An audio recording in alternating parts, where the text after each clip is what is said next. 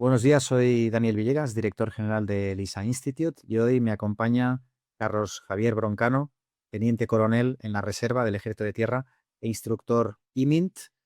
Para el que no lo conozca, aunque si asistís habitualmente a nuestras masterclass o realizáis alguno de nuestros programas formativos, como son los cursos de IMINT y sus diferentes especializaciones, así como el máster de analista de inteligencia, donde el teniente coronel da clase y mentoriza a los alumnos, sobre todo en los cursos, ya le conocéis, pero para el que no le conozca, presentarle porque al final es una autoridad absoluta en la materia de análisis, interpretación de imágenes, como hoy va a explicar, pero también en la docencia, en la vocación enseñando esta disciplina tan apasionante que es el análisis e interpretación de imágenes y su georreferenciación. Así que es un privilegio tenerle en esta masterclass y tenerle también como profesor tanto en los cursos como en el máster.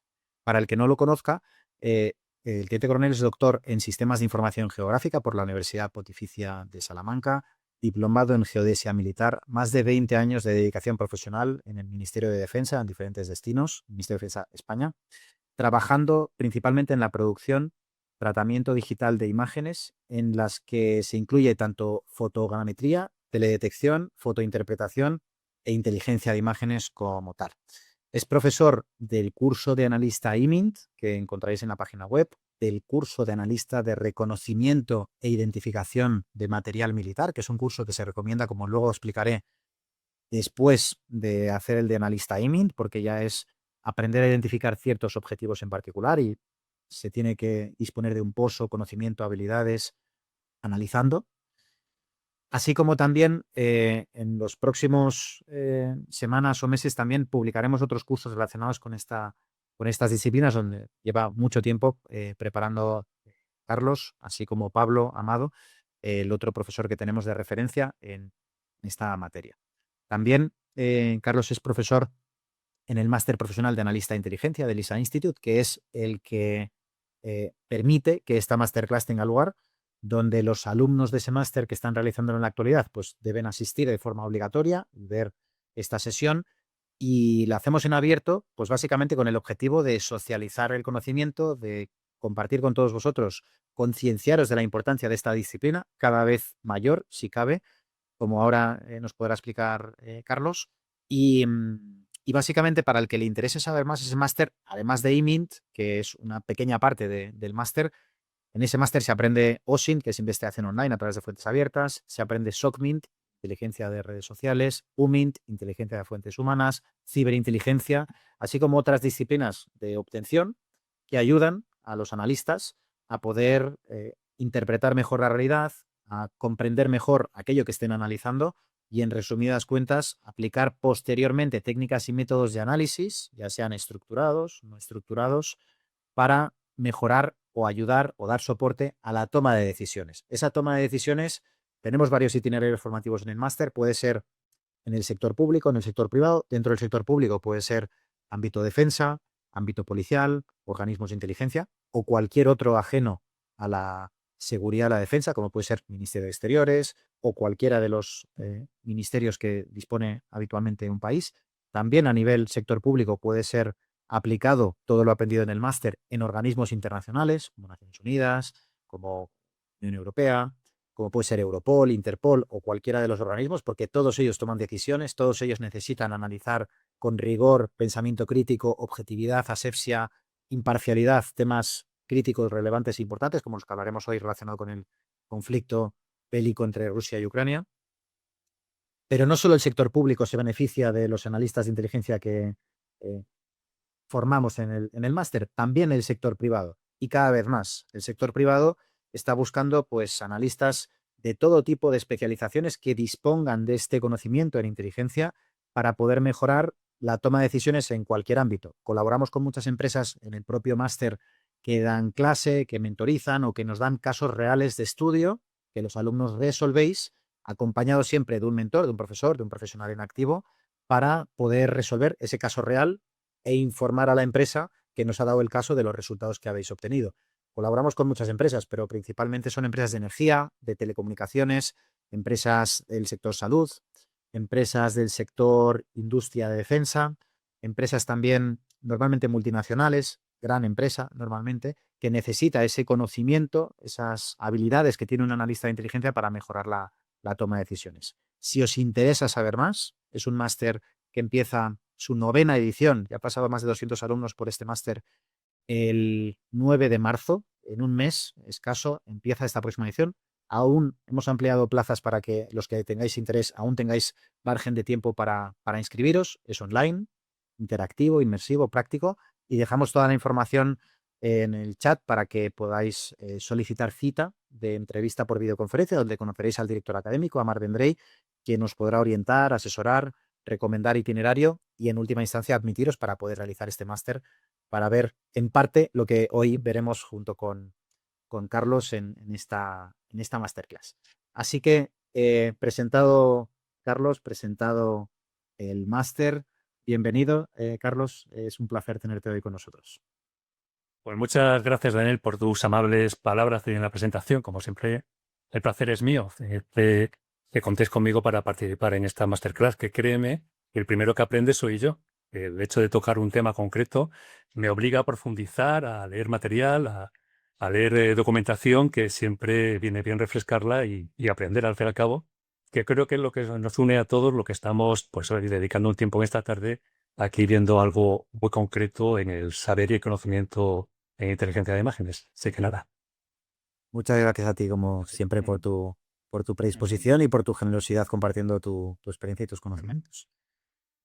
Para poneros en contexto a los que hayáis aterrizado de nuevas en esta masterclass y no hayáis visto que le precede un LISA Challenge, que los LISA Challenge, para el que no lo conozca, son esos retos, esas olimpiadas, esas competiciones que publicamos frecuentemente, más o menos cada mes y medio, cada 2 meses, para que demostréis vuestras capacidades de forma gratuita en determinadas disciplinas, como puede ser la inteligencia de imágenes, inteligencia de fuentes abiertas u otras disciplinas relacionadas con el análisis o con la obtención, para demostrar de lo que sois capaces, obtener un diploma, un certificado, el primero, segundo, tercero, el oro, plata, bronce, que acredita de lo que habéis conseguido, el hito que habéis conseguido competitivo, y que eso os ayude en vuestro desarrollo personal y profesional.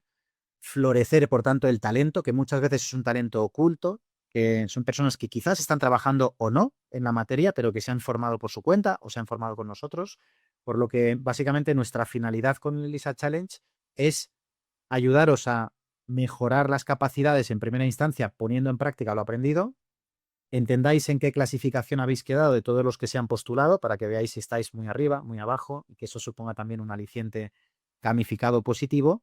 Y en tercera y última instancia también, pues con ese certificado que os entregamos, apoyaros para que podáis mejorar a nivel personal y profesional o nivel académico, ¿no? Es un poco el por qué hacemos estas actividades y de LISA Challenge de forma completamente gratuita. Obviamente, para fomentar aún más, si cabe, la competición, otorgamos una serie de premios que luego comentaremos y que luego otorgaremos al finalizar esta masterclass, cuando Carlos nos pueda explicar cómo se resolvía el reto que él mismo diseñó y corrigió. Otorgaremos premios a aquellos que lo resolvisteis bien en el menor tiempo, posible. Que sois 3 personas, algunos estáis conectados aquí, o sea que nadie se desconecte hasta que acabemos esta masterclass para poder daros el premio en directo, daros la palabra si podéis hablar. Y en última instancia, también para todos los que hayáis participado o no, haremos una recomendación, asesoramiento, orientación, por si queréis aprender más sobre este tema, facilitaros recursos gratuitos, indicaros también qué cursos de los que disponemos en LISA están directamente relacionados con lo que hoy hablaremos, por si queréis ampliar vuestro conocimiento, pues bueno, saber a qué puerta tocar y sobre todo qué curso es más conveniente que os inscribáis de los más de 100 que disponemos. Hecho el contexto del LISA Challenge que justifica esta masterclass, para que tengáis también un poquito de contexto sobre la temática, simplemente decir que publicamos hace unas semanas el enunciado de este reto, lo tenéis todo disponible en lisanews.org. Ahora compartiremos por el chat el enlace directo al enunciado por aquellos que no lo visteis, pero queréis seguir lo que Carlos nos explique, que tengáis esa información y podáis, por tanto, aprender lo máximo posible. Y sin más, darle la palabra a a Carlos para que nos pueda compartir pantalla y nos explique cómo se debía haber resuelto este reto de forma profesional. Muy bien, Daniel, pues comparto la presentación y sobre la presentación básicamente se va a corregir los tres imágenes porque va a salir, pero bueno, finalmente lo haremos así. Así que vamos a compartir. No sé, me imagino que se verá. Te confirmo, se ve en pantalla completa tu presentación. Perfecto, pues nada, pues empezamos. Bueno, el título ya lo dice sobre principalmente lo que vamos a hablar. Hablaremos algo también distinto a lo que es protección. Y yo creo que se escapa un poco de lo que hasta ahora he hablado en inteligencia de imágenes en estas masterclass. Hasta ahora he dado charlas, iban más por un enfoque doctrinal, se hablaba de muchas misiones, plan estratégico, operacional. Esto toca un punto muy concreto, que es la identificación de material militar, el cual ya nos vamos hacia esa vía, ¿no? Y ver cómo en un conflicto armado, en concreto uno de tan alta intensidad como el conflicto entre Ucrania y Rusia, que ya va por 4 años, el libre albedrío de los combatientes hace que los vehículos se llegan a camuflar tanto que pueda llegar a hacer o ser difícil su propio reconocimiento y identificación de ese material militar. Veremos en adelante a lo que me estoy refiriendo. Bien, vemos esta primera la parte de contenidos, en que la primera imagen, yo creo que ya todos se estarán fijando, vemos un carro de combate en el cual el estándar de fábrica ya ha dejado de existir y ahora es otra cosa. Hay algo añadido sobre la torre, una jaula, una pop case en su palabra en inglés, y en el lateral del casco vemos unas cajas de madera rellenadas de algo que no sabemos qué es, pero esto es totalmente improvisado. Evidentemente veremos las causas de por qué hacen esto los combatientes. Empezaremos una introducción para marcar lo que estamos hablando. Veremos los motivos de la modificación, el por qué se hace esto, que básicamente lo vemos en el apartado 3 y 4. Mejora de apoyo de fuego y principalmente protección. Y tras unas conclusiones rápidas pasaremos a la resolución de los retos. Bien, empezamos con un pequeño vídeo en el cual se ve a un vehículo de combate infantería ruso con troncos, sacos de tierra y una lámina de metal y cómo lo están clavando para que la madera se sujete. Es decir, los combatientes en su tiempo libre que tienen antes de una misión tienen que asegurar su supervivencia, y si la cadena de mando no les proporciona una buena supervivencia, sencillamente cogen lo que tienen al lado y lo hacen ellos. Y esto realmente es lo que vamos a ver. Parece quizás algo anecdótico, pero no lo es, puesto que la industria militar, y ahora mismo en toda Europa, en todo el mundo, no solo Europa, tiene un auge increíble, causada quizás por la geopolítica que anda revuelta en todo el mundo, pero en Europa, naturalmente, por este conflicto. Y realmente las inversiones de los países están siendo cada vez mayores en la compra y adquisición de material militar. Y la industria se está fijando en lo que está haciendo este soldado ahora mismo. Están viendo qué lecciones aprendidas se puede sacar de esto, si esto realmente sirve o no, para luego aplicarlo en ingeniería, en construcción y hacer ya de estándar de fábrica nuevas opciones o nuevas modelos ya de estándar de fábrica que suplan la carencia de protección ante una amenaza cambiante como un conflicto como este de 4 años.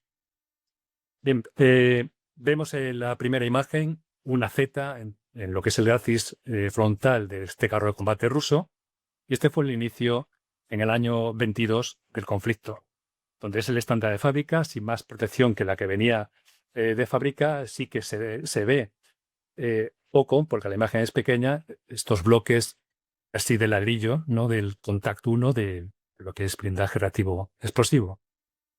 Bien, meterse en un conflicto de alta intensidad ocurre esto y no a no tardar, que por mucha defensa propia que tenga este carro de combate, acaba así. Evidentemente, las amenazas son muchas: misiles guiados, propia aviación, artillería, etcétera. Según el Instituto Internacional de Estudios Estratégicos, Rusia ha perdido hasta febrero de 2025, es decir, en 3 años, unos 14.000 vehículos blindados de todo tipo, entre ellos 4.100 carros de combate. son palabras mayores. Hablar de 4.100 carros de combate, en total 14.000 vehículos blindados, son números que asustan a cualquiera. Estos datos están incluidos en el Military Balance del año 2025. Y resalto que es este instituto porque es una institución oficial, es decir, son datos oficiales. Si uno trastea, uno mira en Austin, en Internet, hay mucha propaganda. Es decir, que estos números varían quien lo escriba. Ambas partes juegan con la propaganda dentro de Internet. Pero estos datos serán o no del todo reales, pero al menos son oficiales. Por ahí andarán los tiros. Son muchos miles de vehículos blindados y personal de tripulación que fallecen en estos eventos. En un extremo del conflicto, naturalmente, hemos visto armas muy sofisticadas, de lo más sofisticado que pueda haber en tanto Ucrania como Rusia. Pero claro, según se desarrolla el conflicto, las amenazas crecientes, empezamos a ver cosas así. O sea, armaduras de rejilla, con el carro de combate que hay debajo de lo que más llama la atención, hasta cosas tan extrañas como el denominado tanque tortuga, ¿no? Rodeado de planchas, tanto, vamos, por completo, de lo cual ya se saca la conclusión que el tonelaje de esa plancha de acero añadido al carro de combate, primero, hace que la transmisión sufra, que la movilidad sea menor, que gaste más combustible y encima la torre no gira como debería girar. Y el comandante de ese vehículo no ve lo que tiene que ver. Es decir, que la operatividad de un vehículo como este carro de combate se pierde. Pero, sin embargo, ahí está un vehículo improvisado, tanque tortuga, hecho para intentar sobrevivir un día más en un conflicto de este tipo.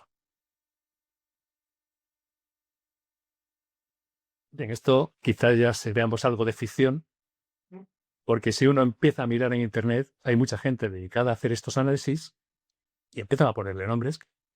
Vehículos Mad Max, Frankenstein, Do It Yourself, o una palabra que más oficial, vehículos improvisados ad hoc. Ad hoc se refiere que ante una amenaza nueva, pues lo primero es paliar esa amenaza hasta que la cadena de mando me lo haga industrial. Pero de primeros me protejo yo. Vemos estas imágenes de la ficción de Mad Max, pero si vemos imágenes reales, como estas, tampoco se alejan mucho de la ficción. Realmente, si vamos a ver alguna más a lo largo de esta presentación, veremos que la imaginación es desbordante, que incluso es más ficción que la ficción, lo que hay aquí. Aquí hay no solo del conflicto de Ucrania, sino que, bueno, a la izquierda vemos el conflicto que ha habido en Siria, en Irak, es decir, en otros países. En concreto, el de la izquierda es un vehículo civil normal y corriente, sin blindaje, naturalmente, y se han añadido todas estas planchas de acero, lo mismo que dije antes. El peso que tiene ahora este vehículo, la transmisión, cómo sufre, la poca movilidad y el gasto de combustible puede ser enorme. Bien, visto de lo que hablamos, vamos a ver la repercusión que tiene ya para el analista EMI, para alguien que tiene que ver imágenes de conflicto y tratar de reconocer e identificar vehículos militares. Para que sepa algo, ya alguno dirá, ya sé qué carro de combate es este. Evidentemente, es tal cual sale de fábrica y uno lo ve. Enseguida uno ve que tiene la clásica planta y el cañón con el evacuador de gases muy cercano a la torre. Ya es occidental, no es proveniente de la época soviética o rusa. Es el Leopard 2, de origen alemán. Ahora, si vemos esta otra imagen, con la Z puesta, es decir, que ya vemos que es ruso, podría ser un Leopard capturado a los ucranianos, pero hay cosas que no encajan. También tienen estos bloques de blindaje reactivo. La torre sí que, a ver qué se ha ido, la torre sí que tiene esa planta alargada, pero no es, evidentemente no es un Leopard 2, se le ha añadido un cof cage, una jaula con rejillas metálicas, tanto en la torre, en la parte de arriba, como por delante y como por detrás, en las zonas más sensibles, con menos blindajes de la torre, principalmente contra los drones. Es un T-72. Es decir, cualquier parecido al estándar de fábrica, lo que luego uno ve, es pura coincidencia. Muchas veces simplemente uno reconoce que es el vehículo, que está en su carro de combate y pueden ser varios. T-72, T-80 quizás, si no hay más visión, a veces cuesta. Y esto es lo que no vamos a encontrar. Los motivos de la modificación, ahora vamos a hablar de ellos. Ya estamos viendo aquí. Pero se realizará ese análisis de por qué se hacen estas modificaciones. Y básicamente van a ir por dos vías. El intentar mejorar un vehículo en lo que hace, y en lo que hace es potencia, a ver que se me ha pasado, un momentito, que esto tiene vida propia, ahí estamos. Principalmente va a ser una mejora de la potencia de fuego o la protección, que es el hilo conductor de esta charla. A tener en cuenta es qué se ha realizado, por qué causa, y la pregunta del millón es si funciona. Esa es la pregunta del millón, la que todo el mundo quisiera contestar. Y bueno, pues eso es lo que veremos a lo largo de la charla, unas diapositivas más tratantes, pero siempre tenemos que analizarlo dentro del contexto del conflicto, en el sentido de que las amenazas van cambiando. Es decir, al principio, por ejemplo, había muchos misiles ATGM, misiles guiados, hasta que dejaron de existir, puesto que las existencias no eran tantas. Entonces ya esa amenaza pasó luego a otra distinta, y a otra distinta, y a otra distinta. Es decir, que vamos viendo cómo las amenazas van cambiando y lo que se está haciendo en este sentido, evidentemente, también. Un poquito de contexto histórico. A mí siempre me gusta tirar, ya debe ser la edad, me gusta tirar un poco para atrás para ver que lo que se hace ahora en el siglo XXI no es nada nuevo. Muchas de las cosas que se hacen ahora ya se han hecho siempre. En ese sentido, cuando hay un conflicto, hemos visto que el instinto de supervivencia está ahí. O sea, cualquier tropa querrá protegerse ante lo que le viene encima. Vemos aquí en la Segunda Guerra Mundial un carro de combate americano protegido con las propias orugas, tanto la torre laterales como el glacis en la parte frontal. Vemos más imágenes.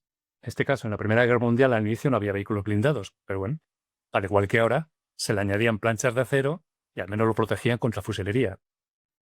En este caso, igual los americanos fueron en este sentido pioneros en la Segunda Guerra Mundial, puesto que tenían muchísimos vehículos blindados entrando en Europa y tenían muchas amenazas y realmente sufrieron bastante, con lo cual sí que tuvieron que dar vía a la imaginación del combatiente para hacer, pues eso, protección improvisada. Piedras, sacos terreros, hormigón, en este caso un vehículo blindado alemán con perfil bajo, el faldón ya es de fábrica, el tronco no. Una nueva amenaza que surgió sobre el año 43, el Panzerfaust, que ahora lo llamaríamos RPG, pero bueno, un Panzerfaust que de manera lateral ataca al vehículo blindado con carga hueca y ya está, excepción de la que uno puede ver ahora. Esto no es rejilla, esto puede llamarse ahora una red cinética.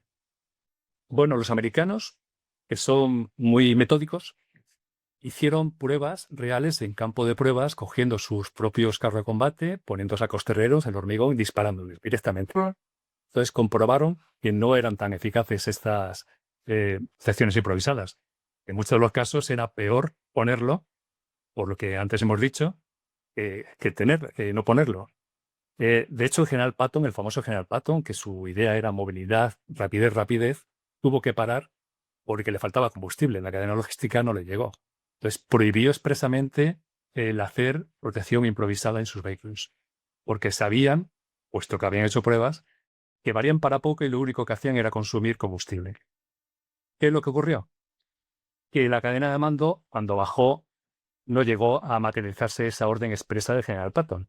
Los propios oficiales no solo lo toleraron, sino que promovieron que se hiciera esto, porque se dieron cuenta de otro factor, que es un factor psicológico, que se dieron cuenta que las tripulaciones se sentían más seguras y concentradas en la misión que tenían que hacer y no en su propia seguridad. Tiene nombre militar que se llama protección de apoyo emocional o armadura de apoyo emocional. O sea que aquí ya vemos un poco por dónde van los tiros. Cuando se hace una protección improvisada, por el material que uno tiene al lado, puede ser que no funcione, pero ayuda psicológica total a la tripulación que tiene que combatir. Y eso hace que se concentre más en su propia misión. Otra cosa es si lo hace la industria. Ahí ya vamos por otro derrotero. Por eso digo y he dicho que la industria se fija en estas lecciones aprendidas de lo que está ocurriendo en Ucrania para intentar hacerlo de mejor manera, sin dañar tanto la transmisión. Bien, visto este contexto, que yo creo que, me faltaba esta imagen, de lo que llamamos en el argot militar canibalismo, en el sentido de que se extraen piezas o partes de un vehículo ya inutilizado para ponérselo a otro. En este caso, planchas de acero del blindaje de este carro, se le han añadido la parte frontal de glacis a este otro. aumentando su protección, evidentemente.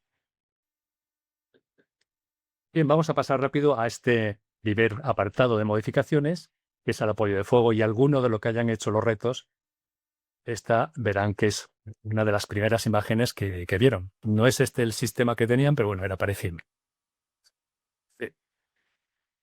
Ya sea la Segunda Guerra Mundial o sea el conflicto de Ucrania, pues es difícil encontrar combatientes de cualquier ejército que digan que no a tener una potencia de fuego adicional a la que ya tienen. O cuando las unidades perciben que necesitan para atacar una posición más potencia de fuego móvil y no se la da la cadena de mando porque no haya disponible, porque no exista, pues bueno, pues es muy fácil tomar un arma o sistema de armas existente en la cercanía o fácil de adquirir, un vehículo y simplemente unirlos. Coger un destinador, un soldador y realmente unir un sistema de armas y un vehículo. Esto se está haciendo en Ucrania constantemente, pero no solo en Ucrania, se ha hecho. Aquí vemos también la Z, un MTLB, un vehículo multipropósito ruso de la época soviética que se hicieron, pues muchos, son baratos, se hicieron miles de ellos. Al ser multipropósito, previamente tiene eso, muchas utilidades, entre remolque de artillería, médico, también de portador de armas, pero claro, no de armas cualquiera. En este caso, lo que lleva este vehículo son lanzadores de cohetes que su lugar habitual es un buque. O sea, ha pasado de un buque a un vehículo terrestre. Lanza sus cohetes y vuelve. Igual, el cañón antitanque mete 12 rápida de 100 milímetros, su sitio habitual es el suelo. El sitio habitual no es encima de un vehículo, eso sí. Tiene la posibilidad ahora de ir más rápido o volver más rápido, lo cual esas amenazas crecientes de los drones hace que no sea algo estático. Algo estático ahora mismo, tal y como está este conflicto, lo estático no dura mucho, con tantos drones yendo y viniendo. Aquí veo más figuras, también de buques, cañones bitubo antiaéreos, igual de buques a veces obsoletos porque son del año 50, están fuera de servicio. Lo único, lo que antes hablaba de canibalismo, los desguazan, lo llevan al frente, lo montan en un MTLB y al menos durante un tiempo les puede funcionar ante un ataque a una posición. Esto ya para mí me parece increíble, ¿no? Un arma antisubmarina como el Héroe EU6000, que lo sacan del buque y lo ponen en el MTLB. Claro, no tiene que ver que esto, es decir, el proyectil que tiene aquí pesa 110 kilos. El propio buque tiene un cargador automático que lo hace el propio buque, pero aquí hay que hacerlo a mano. Cargar 110 kilos en todo ese cargador, de luego, requeriría tiempo.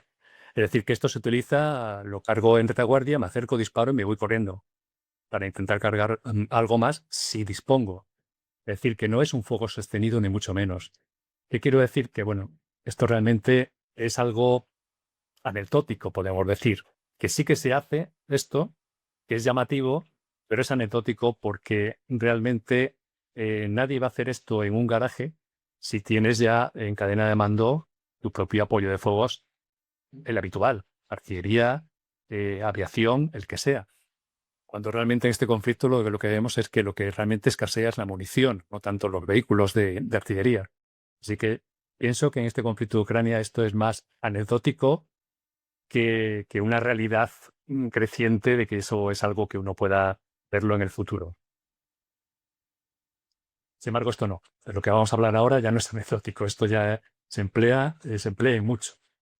No tanto en Ucrania, que ahora veremos en Ucrania cómo se emplea, los llamados, que ya tienen nombre en el argot militar, los llamados technicals, que no son ni más ni menos que vehículos civiles, como vemos este tipo de pick-up, o Toyota, ¿no? De estas pick-up, que al igual que el MTLB, que tenía la parte plana arriba, estos también tienen una parte plana en el propio vehículo, por lo cual hacemos lo mismo. Es muy fácil poner algo, atornillarlo o soldarlo.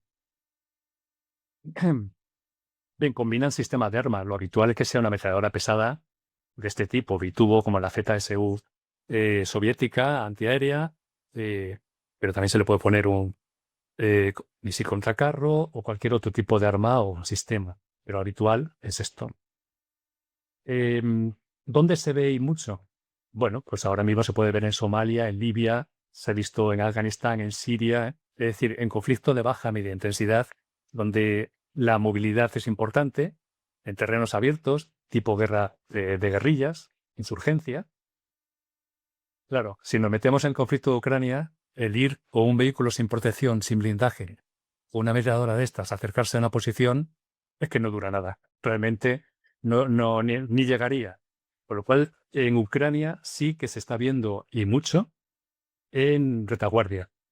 De hecho, Ucrania dispone de bastantes vehículos de este tipo para defenderse contra los drones y misiles rusos que atacan su infraestructura crítica. Es decir, que esto se verá en instalaciones de infraestructura crítica o defendiendo ciudades, sí, seguro. Y de hecho tienen bastantes. Improvisados o no improvisados, como este caso es el Victor, que no es improvisado, esto ya es de industria. Holanda, Países Bajos donó este tipo de vehículos y en la República Checa soldaron el arma. Y de la República Checa ha ido a Ucrania. Esto ya no es algo improvisado, sino que es algo ya hecho de industria y sirve para lo que es el SORAD, que es defensa aérea de corto alcance. Principalmente a día de hoy, la principal amenaza son los drones de todo tipo y condición. Eso sí es verdad. Bueno, vamos a ver algún ejemplo más de Technical. Los dos de imágenes de arriba son de Ucrania, como antes dije, un ATGM, misil. Aquí también de industria hecho este vehículo, una pickup o un lanzacohetes tipo de los PM-21 Grad tiene también este tipo de cohete de 122 milímetros. Bueno, juega con el alcance de unos 14 kilómetros de este cohete. Ya más cerca del frente ya este vehículo tendría su dificultad en supervivencia. Estas dos imágenes de abajo son camiones, por lo cual no se ha complicado la vida en largo, ya se llama Heavy Technical, son camiones volquetes, que la parte de atrás ha montado el arma. Bueno, como vemos en Somalia y en Líbano. Realmente ahora la industria está viendo la utilidad o no de este fuego móvil y se está viendo con estas lecciones aprendidas que sí que para la lucha contra los drones sí que tiene mucha validez. Por eso son vehículos muy baratos, no tienen un blindaje ni tienen grandes sistemas electrónicos, por lo pronto no tienen un radar, porque lo ideal sería tener una artillería basada en cañón autopropulsada de industria, tipo Gepard alemán o el Tunguska ruso, que tienen un radar de adquisición de objetivos, pero son carísimos. Ucrania no tiene ni 70 de ellos, pero de esto pueden tener cientos, que son baratos. Es decir, que ahora mismo se va más a la efectividad que a lo bueno o lo ideal, que no se tiene tanto, cuando se tiene tanto terreno, tanta dimensión que proteger, como es el caso de este conflicto. Bien, vamos al motivo de la charla, que es la protección, la otra segunda posibilidad de modificar un vehículo. Bueno, también vemos en esta imagen algo monstruoso, ¿no? Totalmente improvisado. Cómo este carro de combate pues tiene casi una casa encima, ¿no? De hierro, no solo de hierro, tiene cadenas, tiene de todo, de todo. Y bueno, realmente si uno se metiera en la piel de los ingenieros de la época soviética que diseñaron estos vehículos, pues yo creo que a algunos se llevaría las manos a la cabeza.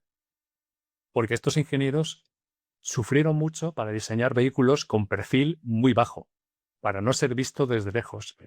Sin embargo, claro, cuando le añades tanto por encima, no solo lo que hemos hablado antes de la transmisión, el peso y demás, sino que es que se le ve de lejos, se le ve venir. Con lo cual, al perder ese perfil bajo y verse de lejos esa estructura en movimiento, la defensa ya preparan su ataque. Con lo cual, por una parte, me defiendo con esta estructura metálica, pero por otra parte, doy ventajas al que se defiende o al que quiera atacar a este vehículo porque me ve antes, ¿no? Ya no solo digo un dron, sino alguien que esté en tierra, que de lejos tiene medios de visión y pueda llegar a ver algo tan enorme en altura que va avanzando. Ejemplos que no son de Ucrania, y antes hablaba de la imaginación que podíamos tener, es un gran ejemplo de cómo la realidad a veces supera la ficción, ¿no? Aquí vemos un camión volquete, pero vamos, porque se ve la caja del camión volquete, porque nada más se ve, hasta las ruedas están protegidas. Igual que este vehículo, es un vehículo de verdad, uno bueno militar, pero también protegido, hasta también las ruedas protegidas. Una pickup, un technical, pero que sirve para transporte de tropas. Bueno, al menos le han puesto sombrilla que no pase en calor.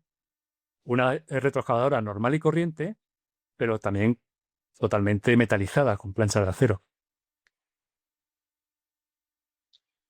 Bien. ¿Y qué amenazas son las que hay para tener que hacer algo? Pero las amenazas son las que todo el mundo puede imaginar viendo en un combate. Es decir, lo que hemos hablado antes, los ATGM, misiles guiados. Bueno, se protege principalmente con la COP case en una jaula sobre la torre. Es las armas de rejillas, pero principalmente sobre la torre. Si la amenaza es lateral, RPG, pues igual, COP case, las armas y más. Veremos también más posibilidades.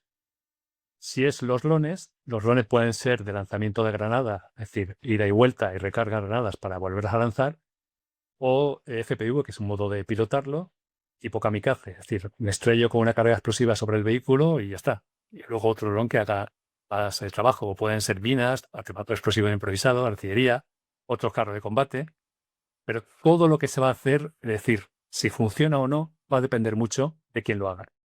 Si lo hacen in situ, ad hoc, porque nadie le va a solucionar su problema en un tiempo razonable, lo hacen los combatientes, o viene de industria, que es más lento hasta que llega al frente, al campo de batalla. Bien, esto es de industria. Bien hecho, bien pensado, el peso que pueda cargar cada transmisión.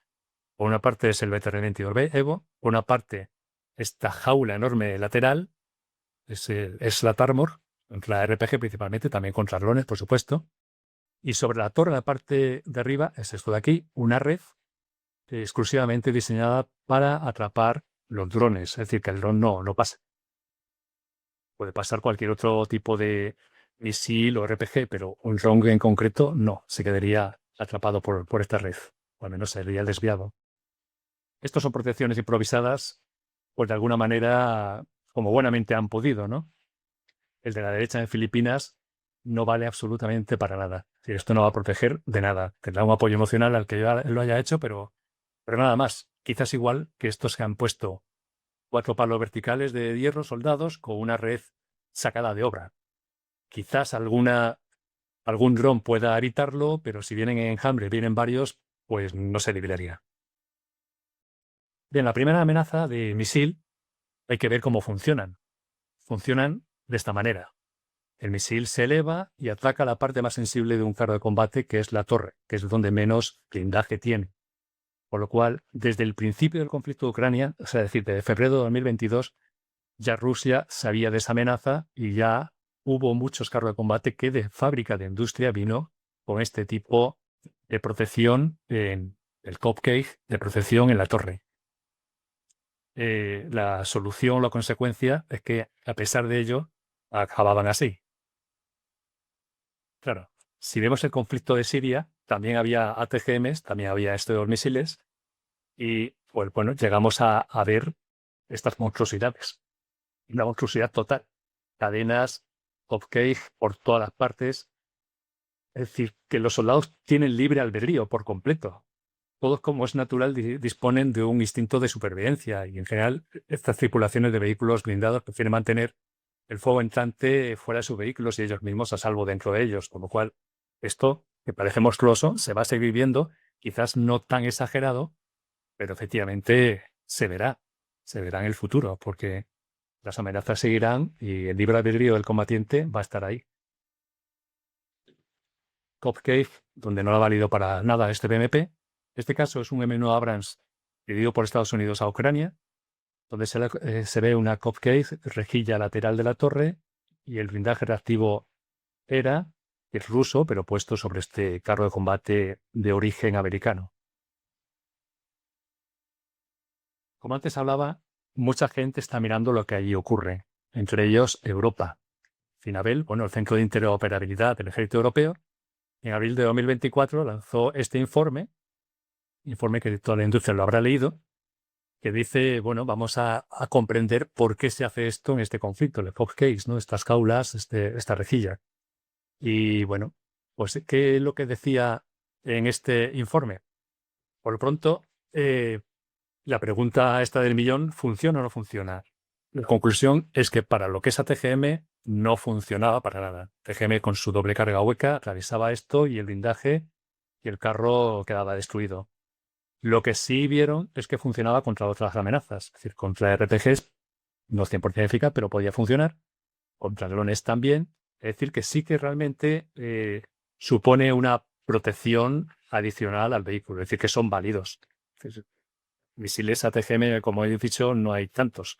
Cuestan muchísimo cada lanzamiento de misil, no se fabrican tanto en masa, con lo cual, si hay un conflicto que dure tanto, finalmente se llega a restringir su uso. Con lo cual, sí, este informe fue positivo en el sentido que las jaulas de protección en general protege a la tripulación, pero también dijo lo obvio, lo que he dicho hasta ahora, que hay que tener mucho cuidado el cómo se pone y quién lo pone, porque puede dañar al propio vehículo y consumir bastante munición. O sea, eso lo llegó a decir bien claro, que conviene que lo haga la industria y no el combatiente. Pero bueno, eso ya hemos visto que va a ser imposible. Si la amenaza es RPG, es lateral, el RPG-7 o este cañón sin retroceso, el Carl Gustav, el M2, bueno, la protección es lateral. Aquí lo vemos en este BMP-2, aquí lo vemos en el Leopard 2. Bueno, ¿cómo funcionan este tipo de proyectiles, los RPG? Bueno, o este tipo de armadura. Una vez que la ojiva llega a esta armadura, pueden pasar dos cosas. Que quede atrapada entre los huecos que deja, se parta, se dañe el propio detonador y no detone, o si detona, que el rayo que salga, pues salga desviado y no afecte al blindaje. Puede pasar que sí que dé impactes de manera directa sobre un metal de esto de la rejilla, explosione y la doble carga hueca puede incluso penetrar el blindaje, con lo cual uno diría, pues no me ha valido para nada. Es decir, no es 100% seguro, pero sí funciona. Es decir, funciona de una manera estadística. Es decir, es mejor tenerlo que no tenerlo. Efectivamente. Esta otra imagen vemos como una armadura improvisada por completo ha hecho su función. Se ha quedado incrustado en esa rejilla y no ha detonado. Se ha dañado el mecanismo percursor y ahí ha quedado.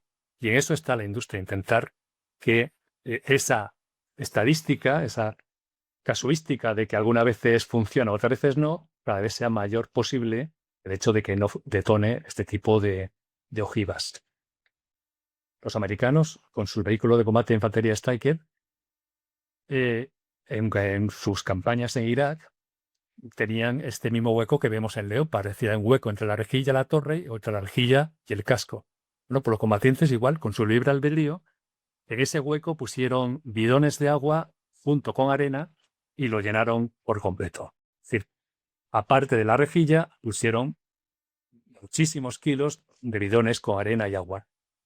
Los americanos volvieron a probarlo, es decir, que volvieron a utilizar lo mismo que la Segunda Guerra Mundial, volvieron a disparar sobre ese invento, pero los combatientes sí vieron que era inútil, que no valía para nada, es decir, que lo que valía era la rejilla, pero si detonaba, no valía para nada el añadir más peso. Lo volvieron a prohibir y volvió a pasar lo mismo que la Segunda Guerra Mundial. O sea que esa segunda prohibición que ha venido muchísimos años después no se ha cumplido. Es decir, los combatientes siguen haciendo lo que ellos creen conveniente por instinto de supervivencia. Esto ya es de industria, esto ya no es improvisado. Es decir, la industria ha visto el problema y ha dicho, hay que hacer algo que funcione y que pese lo menos posible. Es decir, hay que evitar grandes planchas de metal, grandes rejillas de metal pesado. Entonces las soluciones son variadas, hay más de lo que aquí voy a contar.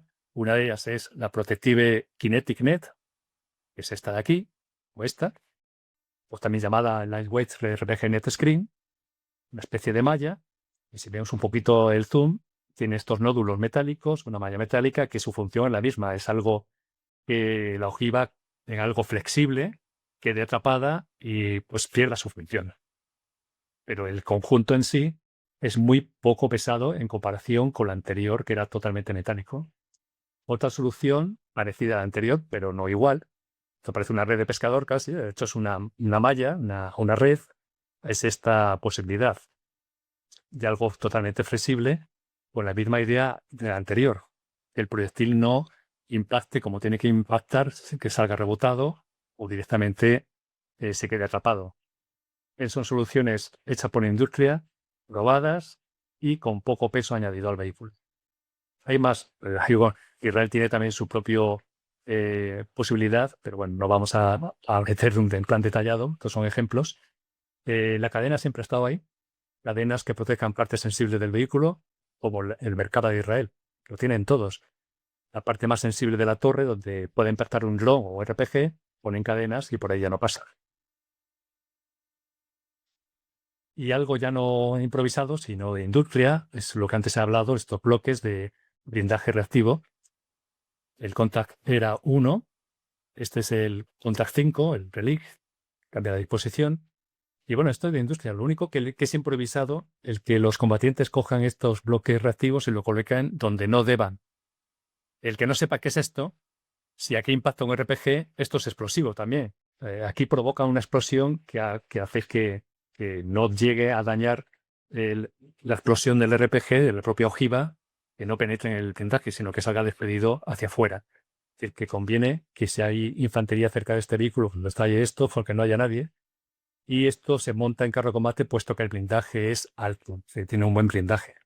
Ahora, si llevas un BMP, un vehículo de combate de infantería, un APC, que el blindaje es mucho menor y empiezas a colocar estas cosas y estallan, puede ser que sea peor el remedio que la enfermedad. Es decir, que puede ser dañado tu vehículo por culpa de poner estas cosas. Por eso, este caso es un Leopard, aquí no hay problema, tiene blindaje, pero esta imagen, ¿qué es? O sea, decir que esto es un vehículo normal y corriente, esto es un camión con estas cosas colocadas. Es decir, no intenta hacer esto en casa, porque esto evidentemente es un peligro absoluto. Yo entiendo que esta imagen no es real, eso sí, pero digamos, esto no es verdad que esto vaya al campo así, pero sí en BMP sí se ha visto y de eso no es aconsejable ponerlo un vehículo blindado con blindaje menor. Eso sí es cierto. La última amenaza que vamos a ver es la que más se está utilizando al día de hoy, como es estos drones, tanto que lancen granadas de drop o kamikazes. Bueno, según un estudio de un instituto de inglés también oficial, miles de ellos se están utilizando al día de hoy en Ucrania. Miles, al mes. Al mes. Son drones baratos del mercado, muchos chinos, donde se le añade un sistema o una carga explosiva y ya está. Tipo kamikaze. Este ya no. Este es un vehículo con una carga útil, con sensores, que es de reconocimiento. Es decir, realmente uno reconoce, puede tener también cámaras técnicas para reconocer también de noche y otro ataca.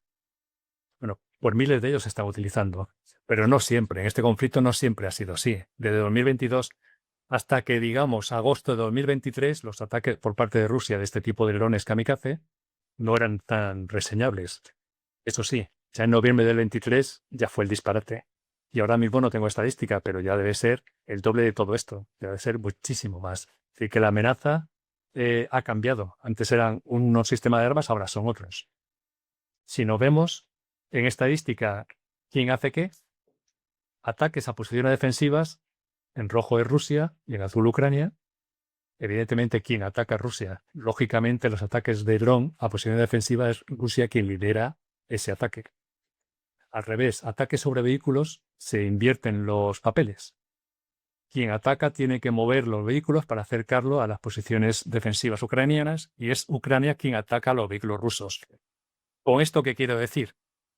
Que aquí estamos hablando de protección improvisada, de que la industria coge lecciones aprendidas y lo lleva a efecto, pues quien realmente se está poniendo las pilas, porque son los que primero quieren defenderse, son los rusos. Son los rusos los que tienen el problema, no los ucranianos.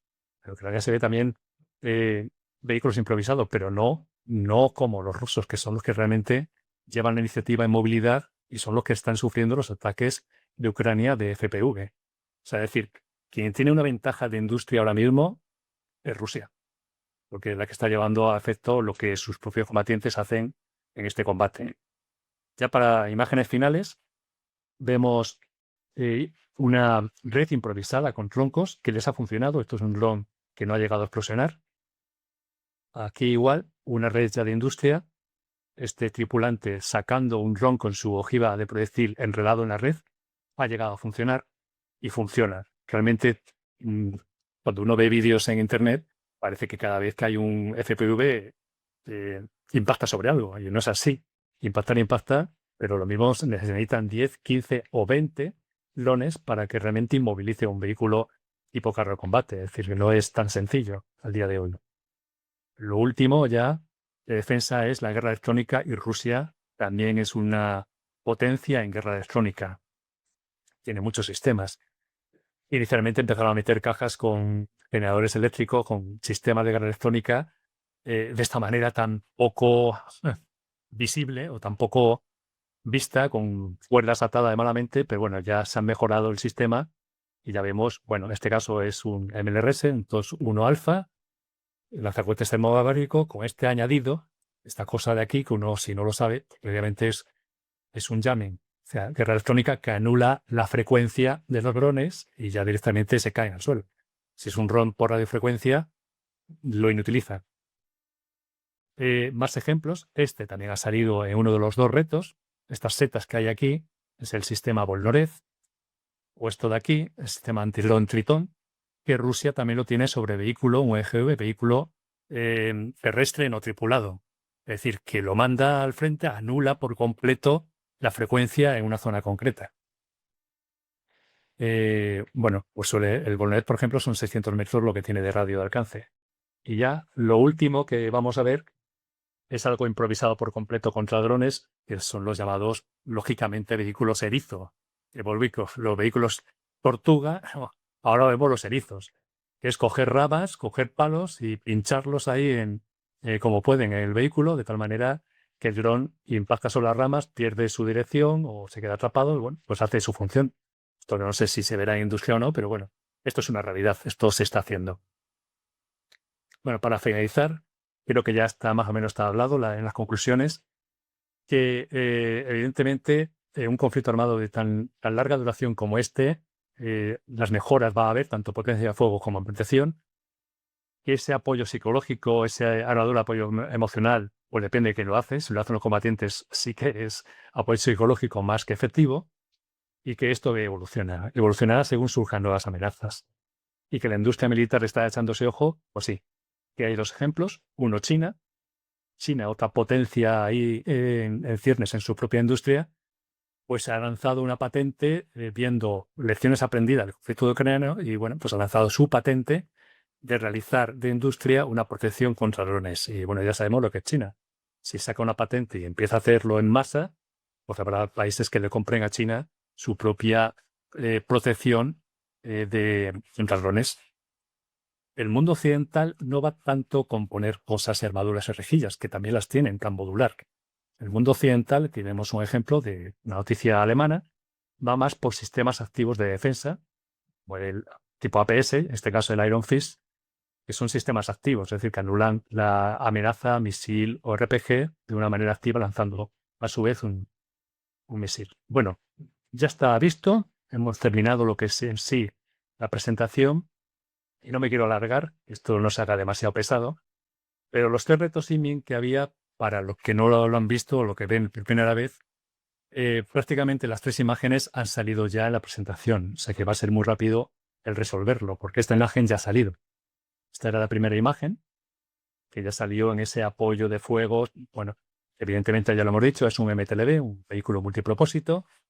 Y en concreto lo que porta, que ahí era un poco más la dificultad en la resolución, había que buscar un arma de este tipo, que era lo que lleva el vehículo, es decir, lo que lleva el vehículo de la imagen, esto, que estaba puesto por detrás para engañar un poquito más.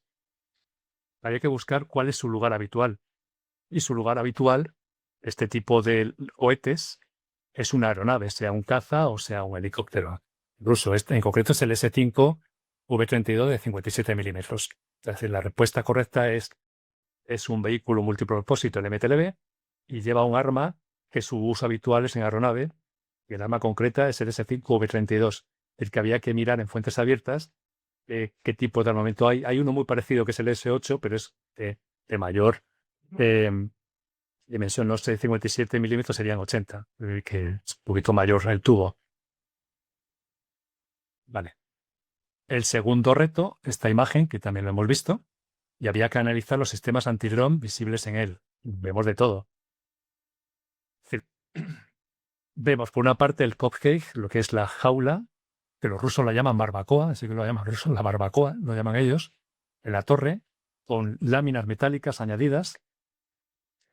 Esto a mucha gente se le ha escapado, que es pequeño de ver, Pero era esto. Si uno hacía zoom en la propia imagen, uno vería, no tan bien como esto, evidentemente, pero veía algo así. Esto no es armadura de rejilla. Es lo que hemos hablado antes del QNET de Kinetic Net, que protege contra drones o RPG la parte sensible de la torre. Los israelíes ponen cadenas, por ejemplo.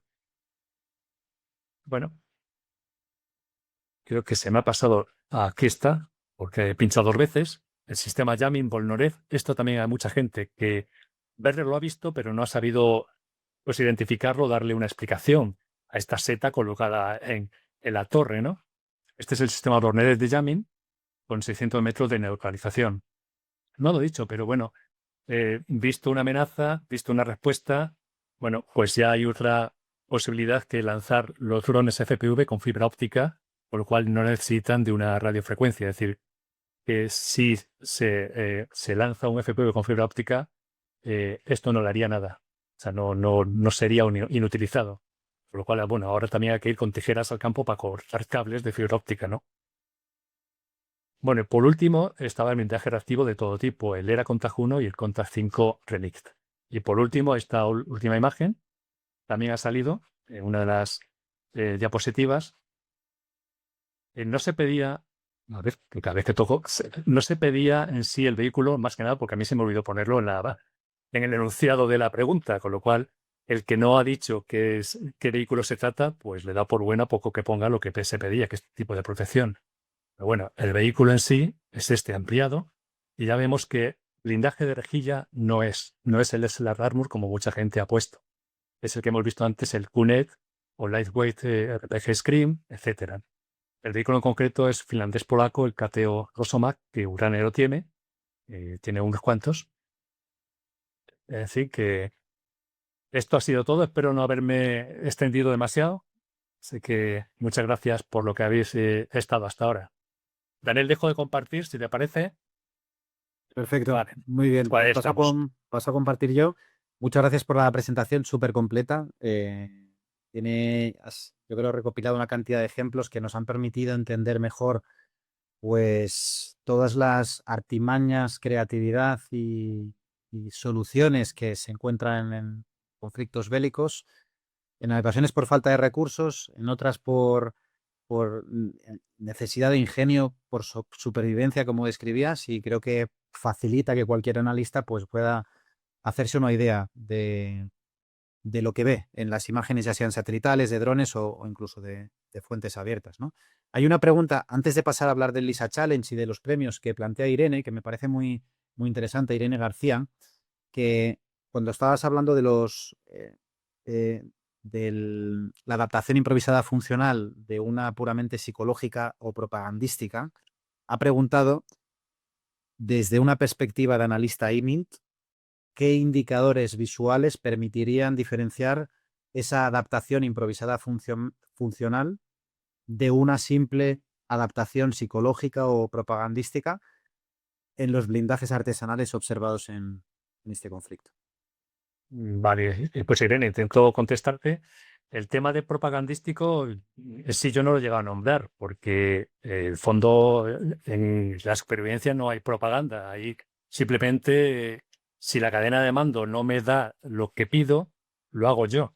Sí, no es propaganda. Sí es que las amenazas que un combatiente tiene en un conflicto, pues bueno, pues son las que son. Intenta defenderse, poner algo entre la coraza y uno que está dentro. Con lo cual, no hablaría yo tanto de propaganda, sino de lo que hemos estado hablando, ¿no? De algo improvisado. Y quizás el cómo se llega a ver o imágenes satelitales o aéreas, que esto es algo improvisado o de industria. Bueno, si es muy improvisado se nota enseguida porque se ve pues las artimañas y lo artesanal que pueda ser la estructura que tiene. Si está muy, muy, muy bien hecho, pues uno no sabe si es de industria o es artesanal. Eso no llegaría uno a saberlo. Lo que sí se sabe, o nos llega a decir, que de alguna manera los que están ahí lo están pasando mal. De alguna manera tienen mucha amenaza y la cadena de mando, la logística o los recursos que tiene el país concreto que hace en demasía estas cosas, es que hay algo que no funciona. Eso sí que lo podemos llegar a inferir, ¿no? De alguna manera, a sacar como conclusión de que si esto se hace demasiado, algo no funciona en la cadena logística de mando porque hay una amenaza y no se le dan los medios al que tiene que combatir. O sea, eso sí, y eso sí que se está pasando mucho en este conflicto. Esa parte logística que falla por los dos lados. Ujú. Hay un comentario más que una pregunta también de Jonathan Gómez, uno de los participantes en el reto, que pone, en mi defensa, las imágenes proporcionadas tienen menos resolución que los ejemplos de la presentación. Y yo creo que evidencia también una realidad en la Sí. que cualquier analista IMIN Pues se sí. encuentra, que escogemos fotos ilustrativas para la presentación para poder explicarnos mejor, ¿no? En qué fijarnos en cada momento, pero que tú podrás explicar mejor, Carlos, que yo, la calidad que se suele tener en un conflicto suele ser menos de la que se desea. Muchísimo menos que esta. Ya me gustaría a mí analizar imágenes como la que se han puesto en estos retos. Una barbaridad la resolución para mí que tenía. Si fuera una imagen satélite, primero, que se ve en planta, como mucho, con poca oblicuidad, o sea, ya directamente ni se ve en plan oblicuo, que ahí ya no verías prácticamente casi nada. Y a pesar de ello hay gente muy buena, muy válida, que saca o tiene unos ojos increíbles para analizar desde satélite ciertos elementos. Es decir, que la calidad era muy buena. Lo único que sí es cierto que, claro, soy consciente de que cuando uno pone una imagen en esta idea de Internet, la búsqueda inversa de imágenes está ahí. Sí. Entonces, uno puede decir, bueno, cojo este reto, cojo esto, me lo meto a Internet y que me dé una solución directa. Por lo cual, en muchas de las ocasiones he cogido fotogramas de vídeos. Es decir, que no son imágenes puestas en artículos, sino es un fotograma y dentro del fotograma algo más, también lo toqueteo un poco para que no sea exactamente el mismo fotograma, para que de alguna manera intente engañar. Y aún así, las búsquedas inversas de imágenes también capturan fotogramas de vídeos. Es decir, que estamos ahora mismo que poner retos de esta manera, a poco que uno haga esto, hombre, la imagen te va a salir al menos el vehículo que es. Otra cosa es los detallitos que se han preguntado. O sea que, bueno, las imágenes eran suficientemente buenas como para hacer algo. Sí, sí. La realidad es mucho peor que los retos que planteamos para que sean alcanzables y para que haya personas, como ha pasado, que obtengan la máxima calificación, ¿no? Y eso también nos demuestra que eran alcanzables los retos planteados por Carlos. Voy a pasar a compartir pantalla, sin perjuicio de que luego podemos contestar algunas de las preguntas que están en el chat, con el objetivo de poder pues poner el contexto de este Lisa Challenge, explicar quiénes son los ganadores, ofrecer un asesoramiento para aquellos que queráis saber más acerca de análisis IMINT y todo lo que hemos hablado en esta masterclass, pues un poco qué os recomendamos, qué recursos están a vuestra disposición y qué cursos o másteres universitarios disponemos en la materia. Para ello, voy a compartir rápidamente pantalla.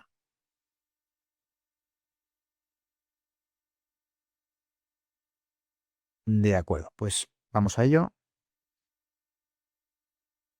Muy bien, pues básicamente Lisa Challenge. Para los que no hayáis participado, simplemente decir, como decíamos al principio, que son misiones reales en entornos profesionales simulados de forma competitiva, en la que os proponemos gratuitamente que participéis para demostrar vuestras capacidades y acabar premiándoos con una beca y con un diploma certificado que acredita vuestras capacidades. Hemos hecho retos de todo tipo, de OSINT, de IMINT, de ciberseguridad, de geopolítica, de análisis criminal, también de estrategia, de prospectiva, de SOCMINT, prácticamente de cualquier área formativa que nosotros abordamos, tenemos retos y vamos personalizando estas badges,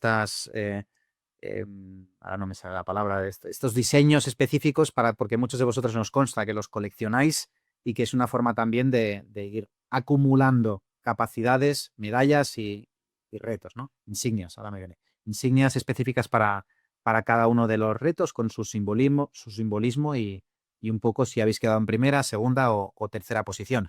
El premio, que siempre es importante tener premio, ¿no? Y que haya meritocracia y un buen sistema de incentivos detrás, pues suele ser el certificado profesional digital basado en blockchain, que no se puede falsificar y que por tanto a través de un enlace allí donde enviéis el diploma podrá ser verificado con un QR y con ese enlace en un currículum, en LinkedIn, allí donde lo queráis compartir, que eso da más autoridad, lógicamente, a quien lo ostenta. Esa insignia digital exclusiva que diseñamos desde nuestro equipo de Lisa Comunidad para poder pues representar el reto que habéis participado o superado. Damos siempre becas de excelencia que podéis canjear en másteres, normalmente en másteres y en ocasiones en algún curso. En este caso es el máster de analista de inteligencia, en donde podréis canjear los que hayáis obtenido buena puntuación, el premio que hayáis obtenido cada uno. Tenemos también colaboración con el Ministerio de Defensa, con algunas empresas de la industria de ciberseguridad, entre otros, que se suman a alguno de los LISA Challenge para otorgar otro tipo de premios o descuentos en software, en servicios, o como hicimos hace unos meses, una visita al mando conjunto del ciberespacio aquí en Madrid, en la base de Retamares, donde pudieron enseñarnos de primera mano pues, cómo trabajan, incluso acceder a zonas reservadas con el privilegio que eso supone para saber cómo conocen, o sea, cómo trabajan y la importante labor que realizan, ¿no? Para la ciberdefensa. Y luego os invitamos a comer y hacemos networking entre todos. Esos son premios que, dependiendo del reto que planteamos, pues lógicamente están entre los premios de los finalistas, que lo hacemos para incentivaros a que participéis y que pongáis a prueba lo aprendido, insisto, de forma totalmente gratuita. Hay siempre un reconocimiento público, no solo ahora, sino también por email en el día de mañana o pasado, que compartiremos, mañana viernes o lunes, que compartiremos en la clasificación y diremos quiénes sois los ganadores. A los que ganáis también nos permitimos poder escribir un artículo análisis en Lisa News, en nuestro medio de análisis de comunicación, donde publicamos pues todos los profesores y también nuestros mejores alumnos, y que el año pasado tuvo 82 millones de usuarios impactados, todo lo que divulgamos a través de Lisa News, de Lisa Comunidad y de todos los canales de Lisa, newsletter, redes sociales, y por tanto también es un trampolín, un escaparate para muchos de vosotros que queráis desarrollaros profesionalmente y mejorar vuestra marca personal. Así que esto sería un poco los premios que suelen tener los Lisa Challenge. Por poneros un ejemplo también de cómo son los diplomas certificados que otorgamos, pues tienen este aspecto siempre con ese QR, con el nombre, con la insignia, y que, pues bueno, lucen como para poder compartirlos en el currículum, en el LinkedIn o en cualquier entorno donde queráis utilizarlos. Lo hacemos para eso y le ponemos mucho cariño y muchas horas detrás de todo esto para que, bueno, pues los utilicéis y también los mostréis allí donde creáis que os puede ser de mayor utilidad. Un ejemplo de un reto que hicimos el año pasado es este análisis geopolítico que alcanzaron los 37.671 usuarios impactados. Hubo una votación pública porque era un análisis donde había una componente subjetiva, y para ganar imparcialidad y objetividad en su valoración lo sometimos a una votación que participaron 894 personas en esa votación, y los premiados, 26 personas junto con el equipo de Lisa, visitamos la Escuela de Guerra y Liderazgo del Ejército de Tierra, donde muy amablemente el Departamento de Inteligencia nos atendió y nos explicó, nos enseñó las preciosas históricas instalaciones en donde están alojados y el museo, así como pudimos comer, hubo un catering y pudimos hacer networking entre todos, que eso es importante, ¿no? Y esto es un premio que hubo después de ese reto, os lo comento también para que para futuros retos os animéis a participar, por muy complicado que os parezca el reto, y veáis un poco de lo que sois capaces, porque la mejor forma de aprender, sin duda, es aprender haciendo. Aquí tenemos una representación también de la visita que hicimos al mando conjunto del ciberespacio a raíz de un reto que hicimos en ciberseguridad, donde también nos tardaron de lujo, como suele pasar siempre con el Ministerio de Defensa de España. Y sin más, este era un poco el contexto para que conocierais por qué hacemos esto, cómo lo hacemos y cómo podéis aprovecharlo y de qué os puede servir. En cuanto al reto que nos ocupa y que ha resuelto Carlos en su exposición, pues básicamente los premios que habíamos definido antes de su inicio era que el ganador o ganadora oro tuviera una beca del 75% para realizar el máster de analista de inteligencia con doble titulación universitaria, el ganador plata un 50%, el ganador bronce un 30%. Quienes hubieseis participado obteniendo más de un 5 sobre 10 de puntuación, que no era fácil, también tenéis una beca de un 20%, y aquellos que participarais pero que no alcanzarais el aprobado, también tenéis por participar ese pequeño premio de consolación, como puede ser el 15% de una beca, además de los 3 ganadores, los certificados que hemos hablado, los diplomas, la insignia digital exclusiva y la difusión que hacemos en Lisa News de un artículo que queráis publicar al respecto. Este sería el el resumen de los premios, pero antes de decir los ganadores, para que aquellos que estáis preguntando por el chat, pues qué formaciones permiten mejorar las capacidades de análisis de inteligencia en general o de análisis IMINT en particular, se ven bien las dispositivas. Vale, perfecto. Muchas gracias por la confirmación.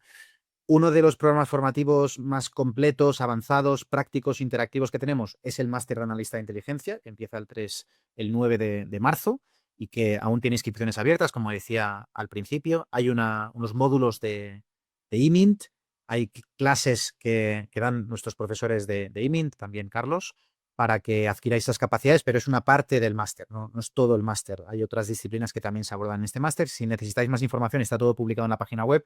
En YouTube encontraréis una jornada informativa que hicimos hace una semana con todo lujo de detalles, por si queréis ampliar la información, tenéis ahí todos los detalles. El curso para comenzar en esta disciplina, que directamente aporta más valor para ejercer esta profesión de analista IMINT, es el curso que llamamos curso de analista IMINT.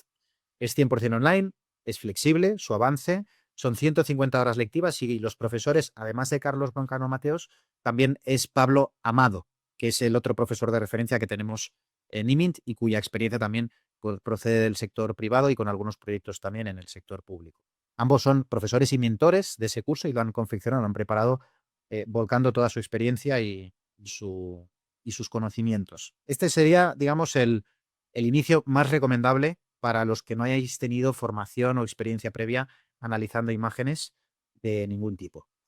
Para aquellos que ya tengáis una cierta experiencia o aquellos que ya hayáis hecho anteriormente ese curso de analista IMINT, os recomendamos también este curso de reconocimiento e identificación de material militar, que es precisamente lo que hemos hecho en esta masterclass, pero que la complejidad del análisis de los diferentes tipos de objetivo o material militar a reconocer e identificar, pues obliga a una especialización. Esto, Carlos lo podrá explicar mejor que yo, pero hay absolutas variedades de materiales de todo tipo, tierra, mar, aire, donde además existen evoluciones con la complejidad añadida de esas adaptaciones improvisadas que hemos visto en la sesión de hoy, por lo que es una disciplina que requiere de muchísima especialización, actualización, mantenerse bien informado de todo lo que va ocurriendo para poder incorporar esos conocimientos en el ojo crítico que cada uno y ojo analítico que cada uno pueda tener, pero lo que hemos hecho en este curso es volcar lo más importante y los ejemplos más habituales para que os puedan servir de referencia en el análisis de cualquier tipo de material militar, ya sea en paz o en guerra, ya sea en un conflicto bélico o en otro contexto, como puede ser pues un evento como suele ocurrir en muchos países, ¿no? Que el Día Nacional de ese país pues se hace una exposición del material militar a efecto disuasorio, a efecto patriótico, tiene diferentes finalidades, ¿no? Esa fiesta nacional que la hacen todas las potencias, incluso no tan potencias, y también los analistas, lógicamente, están atentos a lo que ahí se expone para entender las variedades, la evolución y con ello sacar conclusiones de la capacidad que puede tener militar un determinado país. Pues para que ese ojo crítico también lo desarrolléis, está este curso de 50 horas que lo consideramos una especialización posterior al curso analista IMINT.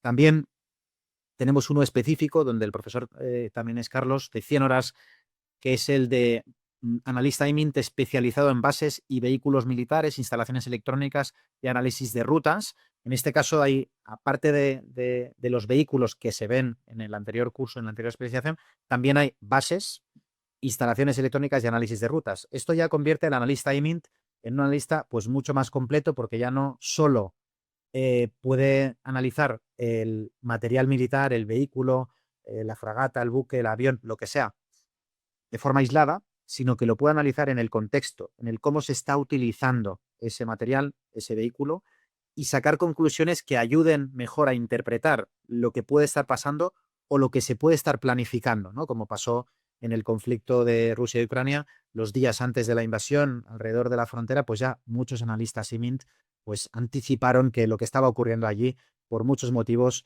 iba a acabar en invasión por tal y como se estaban configurando los vehículos y el material militar, ¿no? Pues ese es un ejemplo, pero hay miles de ejemplos como podemos inferir del uso de esas instalaciones, el posicionamiento, el lugar, el uso del combustible, la cantidad de personal, el cómo están organizados, el mantenimiento asociado a esos vehículos, etcétera, pues nos pueden permitir anticipar movimientos bélicos o no bélicos que en tiempos de paz o de guerra los países llevan a cabo y poder mejorar así también el resultado de nuestros análisis y, por tanto, también de nuestros informes y de la toma de decisiones a posterior.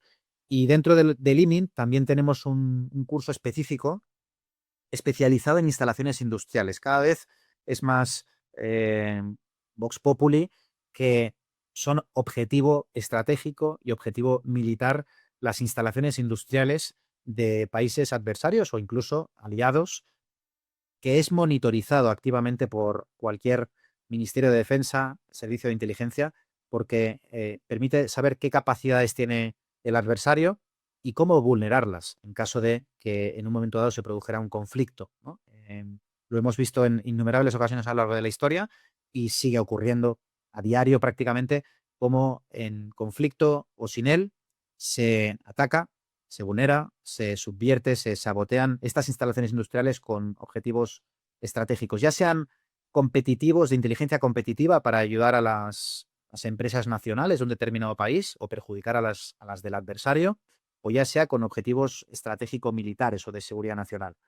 Por tanto, los analistas IMIN también es positivo, es bueno, es necesario que tengan este ojo analítico analizando el uso de estas instalaciones industriales de todo tipo, electrónicas, nucleares, minería, cualquiera de instalación industrial, para entender el uso que se le está dando a esa instalación y cómo puede impactar en nuestros objetivos estratégicos o en los de nuestros adversarios o aliados, ¿no? Sería un poco la finalidad a muy grandes rasgos y de forma muy resumida de este programa formativo. Para aquellos que ya tengáis capacidades en IMINT o no, lo tangencial a todo lo que estamos hablando son muchas veces también las técnicas y métodos de análisis de inteligencia, que es complementario al análisis de imágenes y a la interpretación de las mismas. Tenemos múltiples cursos en esta materia, de múltiples niveles y de acceso progresivo.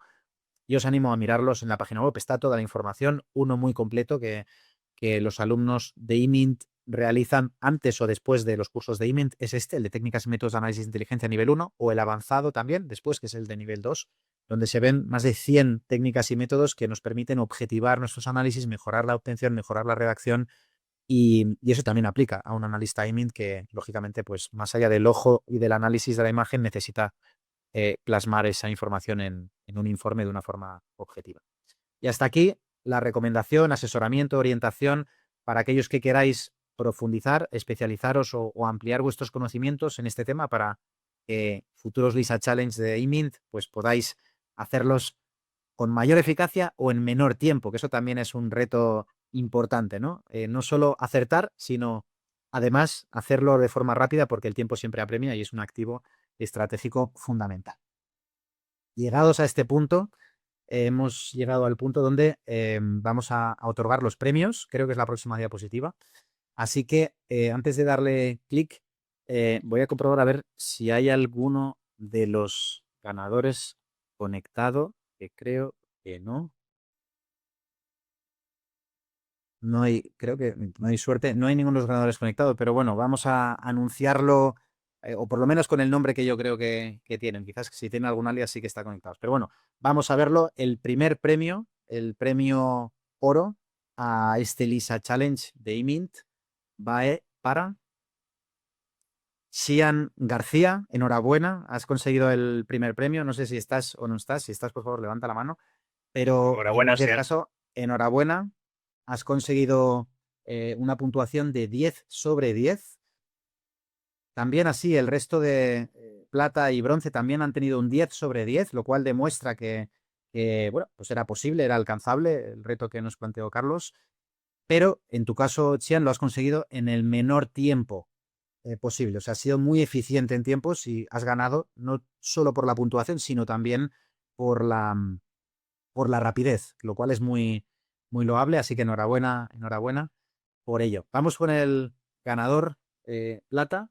En este caso es Leopoldo Arreola. Enhorabuena, Leopoldo. En este caso, conocido. Xian García no es alumno de LISA, pero Leopoldo Arreola sí. Es alumno del curso Analista Político Internacional, que tenemos publicado en la página web. Y, por tanto, enhorabuena también. Conseguiste 10 puntos y muy cerquita en tiempos también de Chian, así que enhorabuena. Y vamos, Enhorabuena, Leopoldo. enhorabuena.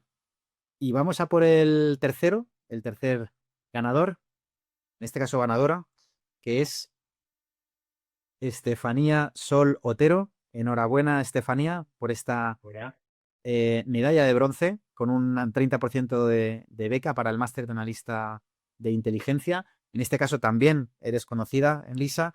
Hiciste el máster de analista de inteligencia, por tanto la beca la podrás utilizar con otro máster que pueda ser de tu interés. Hiciste la 6ª edición del máster, o sea que hace un par de años. Y también hiciste, como no podía ser de otra manera, los 3 cursos que hemos mencionado antes de inteligencia de imágenes, lo cual, pues bueno, te da una cierta ventaja, me temo, respecto al resto de participantes. Hiciste el de analista IMINT, el de bases y vehículos militares y también el de instalaciones industriales. O sea que has aplicado lo que aprendiste en los cursos, lo cual tiene muchísimo mérito. Enhorabuena, felicidades a los 3. Y por nuestra parte, esto sería todo. Emplazaros a que aquellos que tengáis más... mira, pregunta Rubén, que no sé si lo tenemos, Nerea, me parece muy interesante, los tiempos que manejaron los... Rubén es otro alumno que es muy competitivo y yo entiendo la pregunta. Si tenemos a mano los tiempos que tardaron en resolver los diferentes retos. No lo tenemos preparado, si no lo pondremos, Rubén. Si Nerea no me lo puede, bueno, un segundo me dice, significa que sí que lo tiene a mano. Ahora mismo lo informamos. Creo que es importante también para que sepáis que el tiempo también es un activo importante. Y aprovecho para preguntarte, Carlos, en un contexto profesional, el tema de los tiempos, ¿cómo se gestiona? Cuando es una petición específica de un Estado Mayor de la Defensa o de un centro de inteligencia de Fuerzas Armadas o en un conflicto en el que participa un país, en este caso como puede ser España, imagino que se exige la máxima rapidez posible, ¿no? En cualquier análisis. Bueno, no siempre, Daniel, depende de cómo sea la petición de solicitud de emisión IMIN, de informe de explotación. Es decir, no es lo mismo algo táctico, que ahí sí que hay mucha rapidez, a algo estratégico, donde quizás no haya tanta prisa. O sea que dependiendo de si es estratégico, operacional o táctico, hay poca rapidez estratégico, un poquito más operacional y mucha rapidez, a veces tiempo real en táctico. Y dentro de ahí, en muchas ocasiones es lo mismo en una hora o en menos de una hora requiero ya de una información, lo que se haya solicitado. Es decir, que cuando se solicita una misión hay que ir muy al grano y no contar cosas que también hay en la imagen. Hay que ir a lo que se pide, porque la imagen puede dar y contar muchas cosas, pero hay que ir justo a lo que se pide, porque el tiempo es el que es. Y muchas veces es tiempo real. O sea, muchas veces cuando uno ve imágenes de vídeo a nivel táctico es según veo el vídeo, ya voy contando algo. Efectivamente, cuando hay conflicto, que es seguridad de las personas. Es decir, que en ese sentido es, depende. No hay una respuesta siempre así. No, Tiene todo el sentido, sí, sí. digamos, Cuando sí, sí. hay vidas en juego, pues la prisa Hay rapidez, ¿eh? a nivel táctico Eso. tiene todo el sentido, por lo que también es importante eso, la rapidez, analizar bien, pero rápido. Ya me ha podido pasar Nerea, en el caso de Xian García, para que tengáis una referencia, el reto empezó el día 20 de enero a las 17 horas, empezó el día 19 de enero a las 17 horas, hora de Madrid, y terminó a la 1:30 de la madrugada, la que estuvo trabajando de noche si estaba en uso horario de España.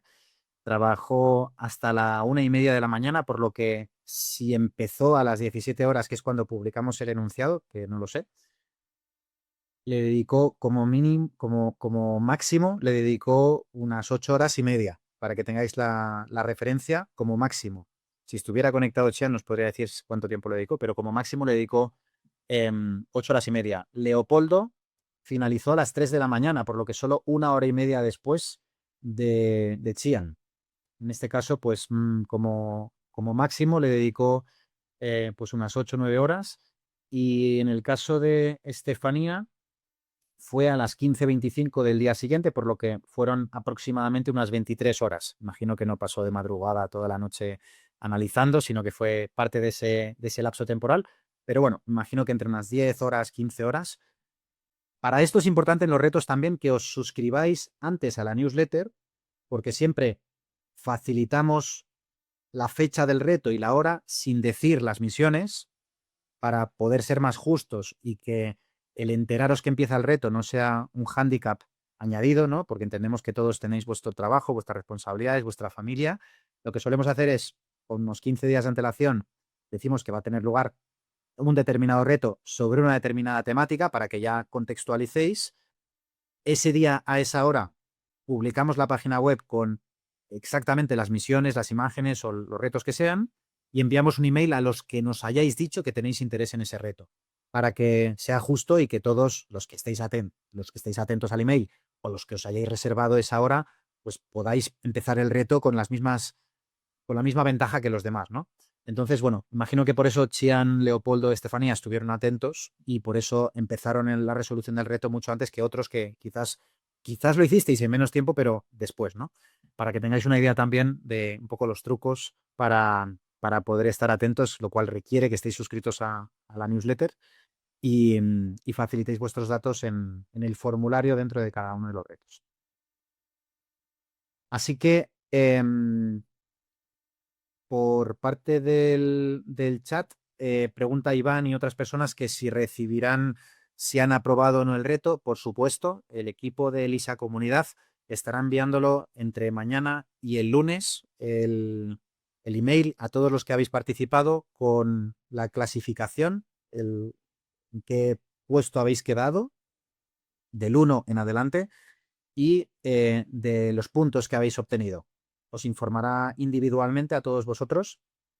Disculpad que tardemos al menos 1, 2 o 3 días porque sois bastantes y al final hay que preparar los emails muy bien, no cometer ningún error, revisarlo varias personas, etcétera. Entonces, bueno, puede que se demore unos días, pero os informaremos a todos para que sepáis en qué punto habéis quedado y también cuál es la beca que os aplica en cada caso para que podáis aplicarla lo antes posible porque, como os decía, estamos acabando ya las entrevistas para los másteres que se empiezan ahora en marzo o en abril. Pues bueno, para que podáis aplicarlo en esta beca, en esta convocatoria de másteres, ¿vale? O sea que a todos os informaremos.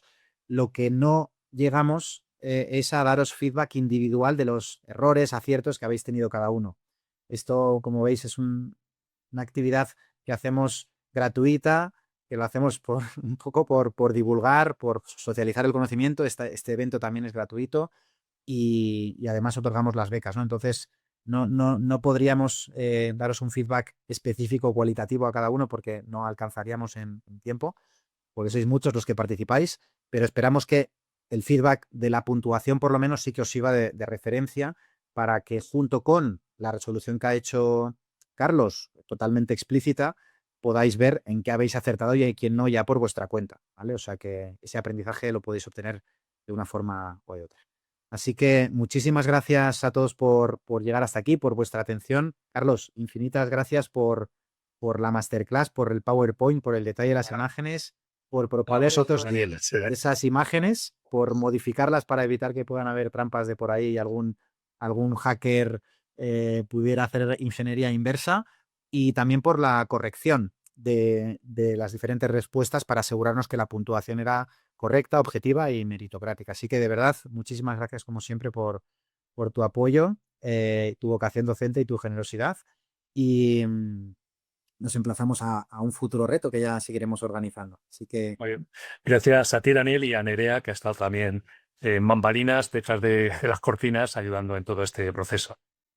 totalmente, no solo en la sesión de hoy, sino también en la preparación, publicación del LISA Challenge, de la coordinación interna, que hay veces hay personas que no salen en la palestra, pero están por ahí y sin ellas no sería posible nada de lo que hacemos. Así que muchas gracias también a Nerea y al resto del equipo también que como Javi y los compañeros de Lisa News que están detrás de todo esto. Así que muchísimas gracias a todos, seguimos en contacto y nos vemos a la próxima. Muchas gracias y buenas tardes. Venga, hasta luego a todos. Adiós.